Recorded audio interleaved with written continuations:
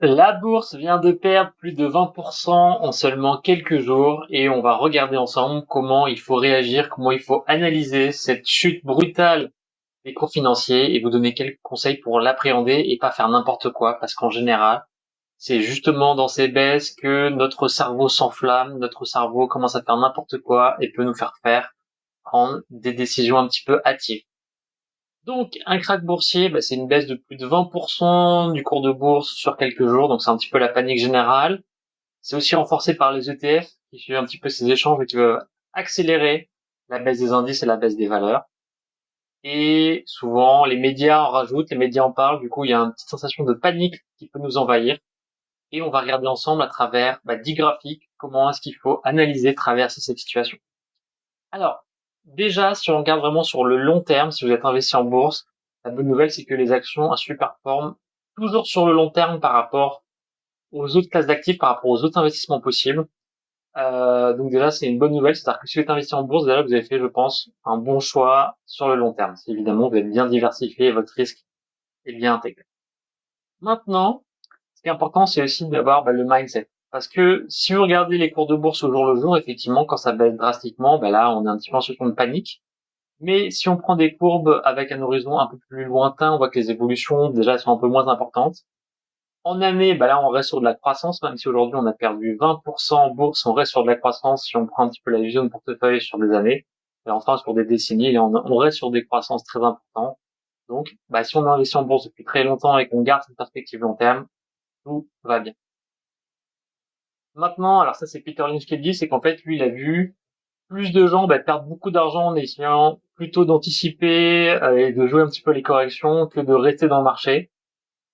Du coup, attention, c'est qu'en fait, en général, on va plus perdre de l'argent en essayant d'adopter un peu une stratégie active, en faisant un petit peu n'importe quoi, qu'en restant dans le marché, évidemment, si on croit dans les valeurs dans lesquelles on a choisi.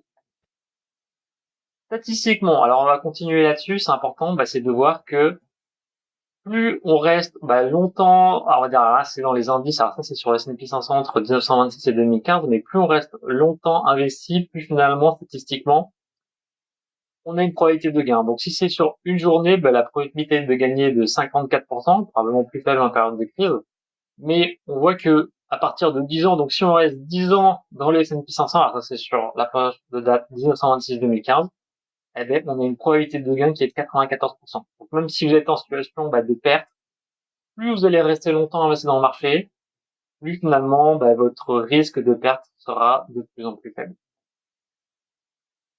Maintenant, et ça c'est ce que je viens de dire, c'est que finalement, c'est dangereux de timer le marché. Parce que si on prend sur 10 000 dollars investis entre 2003 et 2022, si vous êtes resté investi tous les jours, sans jamais retirer votre argent, votre portefeuille sera à 64 000 dollars à la fin de cette période. Tandis que si vous avez raté les 10 meilleurs jours, qui sont souvent des journées de rebond après des journées de perte, parce qu'en fait, vous êtes à plus que 29 000 dollars.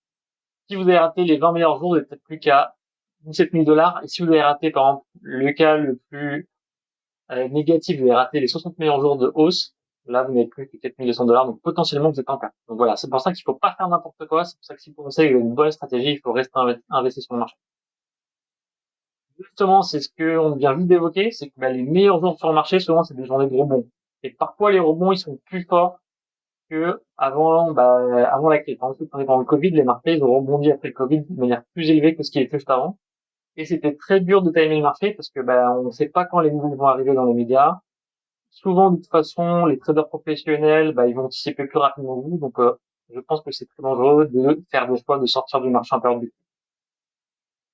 Gardez la perspective, comme j'ai déjà dit, ça c'est graphique à gauche court terme, mais si on prend sur le long terme, voilà, faut pas paniquer, faut pas aller tout sur Boursorama et se mettre la rate au courbouillon en regardant les chiffres de manière trop rapide.